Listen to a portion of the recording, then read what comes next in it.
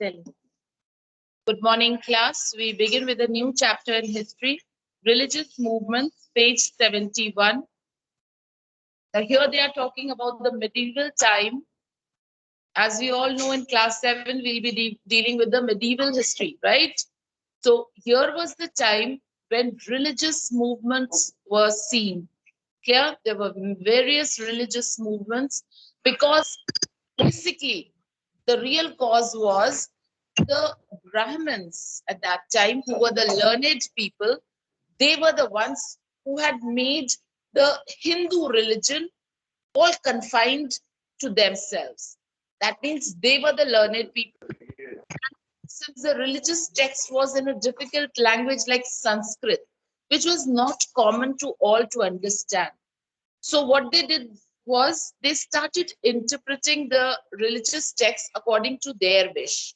Whatever they felt like, they kept on making it more and more, you know, voluminous. They used a lot of techniques, the rituals, and all things were elaborated. So it was not easy for the common people to be able to match with them. So they wanted, the common people wanted something which was good enough, which they could understand. So that led to number of religious movements. And since the Hinduism was turning very complex, it gave rise to number of various other movements and revival of Hinduism, which now came into the hands of saints who revived this. They just followed the practices which were very, elaborate. They made it simple. They made it common to understand so that the common masses could understand. Clear? The Vedas and Purans, which were written in Sanskrit, was not able, common people were not able to understand it. So it was the revival of Hinduism which made it easy for the people to understand. They translated the religious texts into various languages so that the common masses can understand. Clear? So we will begin with religious movements. The medieval period saw a number of religious developments and the emergence of religious teachers who laid greater stress on complete devotion to God. The growth of two religious trends, that is Bhakti movement and Sufism, influenced the life of people. We shall study the religious developments during the medieval period in 4 stages. Now, the religious movement which crept in could be studied and classified into 4 stages. Clear? It was the medieval time when the Turks and Afghans were also coming. So there has to be cultural mingling. So there has to be religious influence of one culture over the other. So we have divided the medieval period into 4 stages. The first one is in the north from 800 to 1200 AD. That means in the northern India. Yeah. The second phase is in the south from 800 to 200 AD. That means the same time, 800 to 1200 AD. What was happening in the north, they have dealt in one stage, and what was happening in the south, they dealt in the other. Now, after that, the Afghans and the Turks and the Mughals came. Let's see what they have done. Under the Delhi Sultanate from 1206 to 1526, and then under the Mughals from 1526 to 1707. Clear? The Delhi Sultanate period they have taken and the Mughal period, the coming of the Mughals. Babur se Aurangzeb. Clear? And the earlier one from Delhi Sultanate, that was from Qutbuddin Aibak till Ibrahim Lodi, first battle of Panipat, 1526. Clear? And before that, they have divided the Indian northern area and southern area. So these are the 4 stages into which we will be studying the religious activities during these times. Is this much clear to each one? Now we come on to the first one, development of religious system in the north during 800 to 1200 AD. The people during this period, especially the Rajputs, were mostly followers of Hinduism. Please underline Rajputs, underline Hinduism. The religion made great progress under them. Both the Shaivas and Vaishnavas sects were quite popular in northern India. Underline Shaivas, that means the believers of the Shiva, and Vaishnavas, believers of the Vishnu. Okay, both were very popular in the northern India. The people worshipped Vishnu, Shiva, Durga, and many other god and goddesses of the Hindus. People belonging to Vaishnava sect came to believe in the legend of 10 incarnations of Vishnu. These 10 incarnations are Matsya, Kurma, Varsha, Narasimha, Vamana, Parashurama, Krishna, Buddha, and Kalki. So these are, let me tell you, those who are not of this religion, they might not be knowing. So I just tell you, since I know a little bit more than you.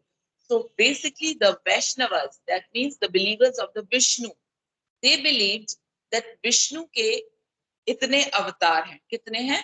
10. Incarnation means avatar. That means Vishnu, God Vishnu came down on earth through these 10 incarnations, as 10 incarnations. Like the one among them, like Krishna, Rama, you know about them. Clear? So let me just go on this only. So these were the avatars of Vishnu. Clear? कहते हैं Ram or Krishna. Even Buddha they say, and even Kalki they say, are the incarnation of Lord Vishnu. उनके अवतार थे. Clear? Is this much clear? We're moving further. The spread of Bhakti movement to north. The Bhakti movement led by Nayanars and Alvaras in the south now spread in the north. Underline these two sects, Nayanars and Alvars. Now, basically, Nayanars and Alvars, they belong to southern India, but it also grew in northern India during this time. That means this Nayanars and Alvars were basically of the southern India. During this time, something like this division of these two groups was there in South India. Now was the time which it was also spreading in the northern India. In northern India, we have Shivas and Vaishnavas. But we came to know about these two words also in northern India, Nayanars and Alvars. Clear? Let's see which were more popular in the south, but had also spread in north. It now became popular almost all over the country. The Bhakti saints disregarded caste inequalities and laid emphasis on Vedas. So now the new religion which they worked on was casteless. It is not that only the upper caste Brahmins or the Kshatriyas are the ones who will get all the privilege from the religion. No, they made the religion simple and commonly understood. And they said, let us follow the Vedas. What is written in the Vedas, let us follow that. And that basically told of inequality. All are equal. So there's no case of inequality, no high caste, no low caste, no upper caste, no lower caste. All are treated equally. So this was the prime motive of bringing in the new religions. Clear? So the Bhakti saints at that time, why the Bhakti movement came into being? Because the saints emphasized that there is only one God and you can get him only through your devotion. You don't need to do sacrifices or you don't have to perform heavy rituals. You just be peace at mind and focus on him and you can directly talk to him. You don't need a mediator or a Brahman or a Purohit or a priest to talk to God or to mediate for you. Clear? So this was the time when this was happening. Buddhism also witnessed revival. Now, Buddhism, which was a religion established by Buddha, also went through revival. That means it also had certain drawbacks. After the death of Buddha, the various saints and monks who took up the charge of Buddhism, they started being corrupt. And they also started spreading negative things about it. Not negative about religion. They started doing things on their own. Like भिक्षा जो उन्हें मांगनी चाहिए होती थी door door. Now they commanded कि you have to give, otherwise you are no longer a part of Buddhism. Now this was not called a bhiksha. You are going and forcing the people to give you anything. It's not called bhiksha. Whereas Buddhism said, go and have only that much you need for yourself. You don't have to take things in surplus. But this was happening. So even Buddhism went through a revival process. Okay? Backbones are straight, all of you? Okay. It was chiefly on account of fact that Buddha came to be regarded as one of the incarnations of Vishnu. The worship of Buddha became more elaborate. Devotional songs, rites, and other ceremonies became a part of Buddha worship. So now they are telling you the ways improved. There was a revival. Buddhism was considered that Buddha was incarnation of Vishnu, and it was, instead of being exuberantly elaborate, it was made simpler elaborate. Clear? Where facts were told to each one. The elaborate facts were told to each one. This is what Buddha wanted. And the extra elaboration on those works which were making it corrupt were removed. Clear? And they also went on for celebrating and singing songs, doing performing rites and ceremonies as a part of Buddhism. Clear? Yes, child? This rituals they are talking of. जैसे आप कोई भी चीज को perform करते हैं उसे rites कहते हैं. Okay? The right and wrong is different. This right is different. That this is right, this is wrong. The rites are the ceremonies that you perform. They are also called rites. Okay? The spelling is R-I-T-E-S. Okay? Now, Jainism also gained popularity among trading classes in the Northwest India. Underline Northwest India, North and Western side. Yeah, next to this Gujarat area. Okay, so those areas gained more and more emphasis on Jainism spread in that area. Okay, the Jain doctrines of four gifts of learning, food, medicine, and shelter helped Jainism more popular. So there were four gifts. Please underline: learning, food, medicine, and shelter. You should be always ready to give and share with these four things. Yeah. And as it improved, there was more popularity in Jainism also during this time. Now we come on to the next heading: development of religious systems in the south of India during the same time, 800 to 1200 AD. Okay, we just now talked about northern India. Now we are going to the same period, time period is same, but we are now going to talk about the southern area, southern India, the peninsular India. Mostly the people followed Hinduism and worshipped the Hindu gods. Other religions like Buddhism, Christianity, Islam, Jainism also existed. Christian and Muslim communities settled in different parts of South India. A number of religious movements started during this period. The Alvar and Nayanar saints continued to popularize their own sects. The Alvar popularized devotional songs of Vaishnavism, while Nayanars sang hymns in praise of Shiva. Now, just as in northern India, we had Shaivism and Vaishnavism, Vaishnavas and Shaivas. Here they called it Alvars and Nayanars.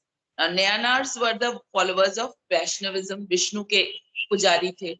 So underline Nayanars, sorry, Alvars. Alvars, they sang about the Vaishnavism. Clear? While Nayanars were the Shiva Bhakt. Okay? Did you get it? Now, the Lingayat was most popular of the religious sects. Most great religious teachers also lived during this period. The best known among them were Shankaracharya and Ramanuja.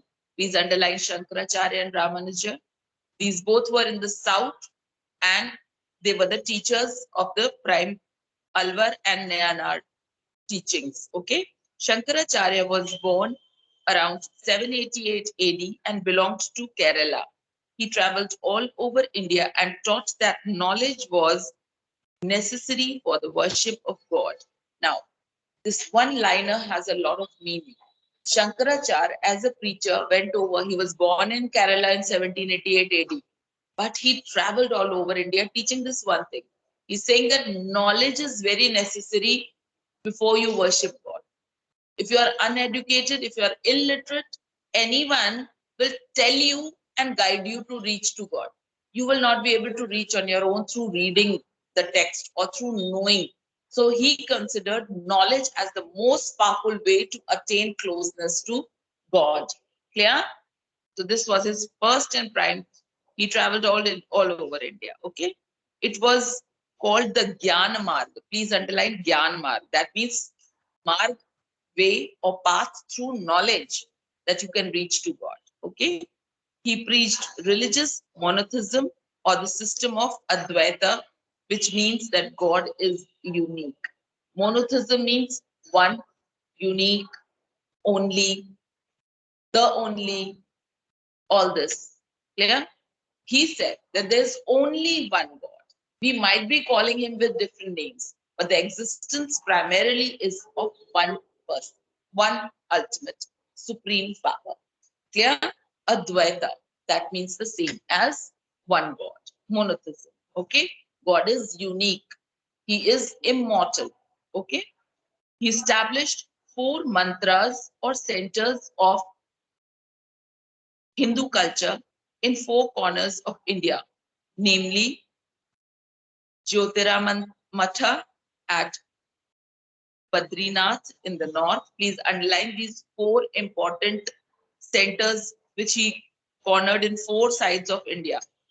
Jyotiramatha at Badrinath in the north, then Sharadapit in at Dwarka in the west, Govardhana Math at Puri in the east, and Sringeri Math in the south. These mathas have assumed great importance with the passage of time. So please remember the names of these 4 mathas and the places. And these 4 mathas were established by Shankaracharya. Okay. Ramanuja. Next, the important saint of South India was Ramanuja. He was born in 1017 AD at Tirupati. He preached the Bhakti Marg. He emphasized that love and devotion were necessary for the worship of God. Now, Shankaracharya said knowledge was necessary before you worship to God. He called it that love and devotion is necessary before you reach out to God. You should be loving towards each other, only then you can reach the path of God. Your devotion, your ultimate bhakti is necessary before you reach out to God. 5 minutes are left. He emphasized that love and devotion was necessary for the worship of God. He regarded all human beings as equal. For him, no one was high or low. Every man could attain salvation by the true worship of Vishnu. So Ramanuja was a Vishnu believer. That means he was of the Alvar or Nayanar? Alvar. Alvar. Alvar were the Vaishnavas and Nayanars were the Shiva Bhaktas. So he was Alvar. Okay, every man could attain salvation by the true worship of Vishnu. Now, Madhava. Now, the third saint they are talking of was another Acharya or teacher of this period. Unlike Shankara, he believed that God and soul are 2 different things. Now, Madhava was one who said that God is one and there's a different soul which is away. We at times, don't we say hamare andar Ishwar hai? It is the soul we are talking of. Why? Because our body dies, but the soul lives. Isn't it? So this is what he said. He said there are concepts that God is another and he's different from the soul that we are. Okay. So this is the theory Madhava believed. And he was very different from the theory of Shankaracharya, who believed that there's only one God. We are all a part of him. Okay. We stop here for today. Next time when we meet, we'll take up the development of religious systems under the Delhi Sultanate. Thank you, class.